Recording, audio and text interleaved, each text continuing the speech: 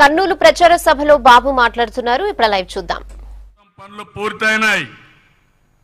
జూలైకంతా నీళ్లన్నీ గ్రావిటీతో వస్తాయి. డిసెంబర్ కంతా పోలవరం పూర్తవుతుంది. అక్కడి నుంచి వంశధార, నాగావళి, గోదావరి, కృష్ణ, పెన్న అన్ని నదులను అనుసంధానం చేస్తాం. రాష్ట్రంలో ఎక్కడ వర్షం పడినా కాలువల్లో నీళ్లు పెట్టి మొత్తం రాష్ట్రం ఎక్కడ కరువు ప్రాంతం ఉంటే, ఎక్కడ నీటి ఎదురుంటే అక్కడికి నీళ్లు తీసుకెళ్తాం. ఇది పూర్తి కావాలంటే మనకందరికీ రాబోయే రోజుల్లో 2-3 సంవత్సరాలు ఇది పూర్తి అవుతుంది. మిడ్తూరు లిఫ్ట్ కూడా 3 నెలల్లో ఇవన్నీ కూడా చేసి దీన్ని కూడా పూర్తి చేసే బాధ్యత ఈ ప్రభుత్వం తీసుకుంటామని మరొకసారి ఈ సభలో మీ అందరికీ హామీ ఇస్తున్నా. ఒక లిఫ్ట్ కాదు, ఈరోజు ఈ జిల్లా ఉంది. ఈ జిల్లాలో అతిపెద్ద విస్తీర్ణం 29,85,000 ఎకరాలుంది. ఇప్పటికి దగ్గర 8 లక్షల ఎకరాలకే నీళ్లున్నాయి. 3,000 కోట్ల రూపాయల పైన ఖర్చు పెట్టాం.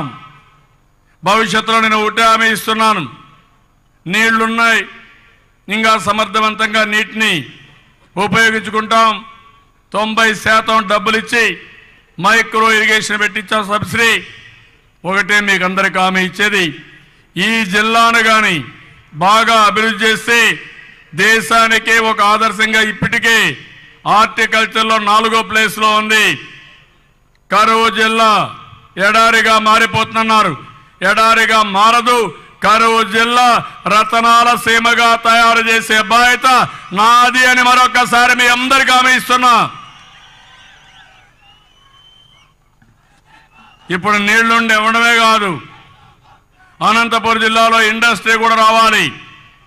ప్రపంచంలోనే అతిపెద్ద సోలార్ పార్క్ కర్నూలు సొంతం. 6,000 కోట్లు పెట్టారు. ఇంకో పక్క 5,000 మందికి ఉద్యోగాలు వస్తున్నాయి. ఇంకా కొన్ని పని ప్రారంభించబోతున్నారు. ఇంకో 2,000 మెగావాట్లు. ఇంకో పక్కన ఎయిర్పోర్ట్ ఇప్పుడే చూశారు. కర్నూలుకు రావాలంటే ఎక్కడెక్కడో తిరిగి వచ్చేవాళ్ళం. హైదరాబాద్ పోవాలి, కడపలో దిగాలి, మళ్ళీ రావాలి. ఇప్పుడు నేరుగా అమరావతి నుంచి కర్నూలుకి ఓర్వకల్లో విమానాశ్రయం కట్టి విమానాశ్రయంలో ఇక్కడ దిగే పరిస్థితి వచ్చిందంటే అది ప్రభుత్వం యొక్క సమర్థత. దీనివల్ల భవిష్యత్తులో ఇక్కడి నుంచి మొత్తం అన్ని ప్రాంతాలకు విమానాలు వస్తాయి, పారిశ్రామికవేత్తలు వస్తారు. ఇప్పటికే మెగా సీడ్ పార్క్ ఉంది నందికొట్కూరులో. అయోవా పార్ట్నర్ కింద దగ్గర మీరు చూస్తే ఒక పెద్ద ఎత్తున సీడ్ పార్క్ పెట్టాం. అక్కడనే ఒక ఫుడ్ పార్క్ కూడా ఏర్పాటు చేశాం. జైన్ ఇరిగేషన్ చేశారు. సిమెంటు, స్టీలు, ఫుడ్ ప్రాసెసింగ్ కానీ ఇవన్నీ పెద్ద ఎత్తున వస్తాయి.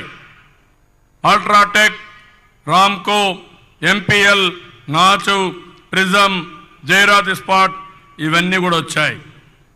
జిల్లాలో సహజ వనరులు ఉన్నాయి. ఏదైతే సున్నప్రాయం ఎక్కువ ఉంది, సిమెంట్ ఇండస్ట్రీకి మనం ముందుకు పోయే పరిస్థితి వస్తుంది.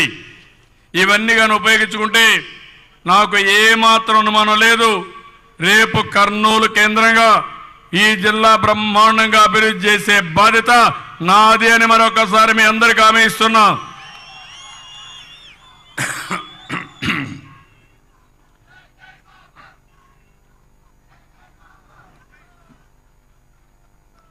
ఇంకో పక్కన ఓర్వకల్ మండలం చెరువులన్నీ కూడా ఫిలప్ చేయాల్సిన అవసరం ఉంది. అవి కూడా చేస్తాం. ఈ యొక్క సీడ్ పార్క్ వల్ల నంద్యాల కూడా బ్రహ్మాండంగా అభివృద్ధి అవుతుంది. కర్నూలులో ఇప్పటికే టాటా ట్రస్ట్ ద్వారా రాష్ట్ర క్యాన్సర్ నిర్మూలన కేంద్రం పెట్టాం. ఉర్దూ యూనివర్సిటీ ఇచ్చాం. ఇలాంటి కార్యక్రమాలన్నీ పెద్ద ఎత్తున ఈ యొక్క నియోజకవర్గానికి ఇచ్చి కర్నూలు టౌన్కి ఇచ్చిన ఘనత తెలుగుదేశం పార్టీదని చెప్పి కూడా నేను మీకు తెలియజేస్తున్నా. నేను ఈ సందర్భంగా మిమ్మల్ని అందరినీ కోరేది ఒకటి, అన్ని పనులు మనం చేశాం, ఇంకా చేస్తున్నాం, చేస్తాం కూడా. అదే సమయంలో ఈరోజు మీ దగ్గర నుంచి నేను కోరేది, అందరికీ న్యాయం చేస్తున్నాం.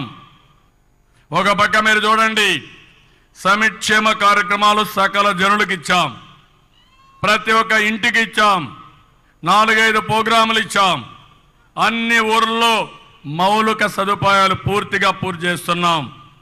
ఒక ఆదర్శ గ్రామాలకు శ్రీకారం చుట్టాం. ట్రంక్ ఇన్ఫ్రాస్ట్రక్చర్, కరెంటు కానీ, నీళ్లు కానీ, రోడ్లు కానీ, రైల్వే లైన్స్ కానీ, ఇవన్నీ కూడా ముందుకు పోయాం. ఇంకో పక్క ప్రకృతి సేద్యానికి ముందుకు పోయాం.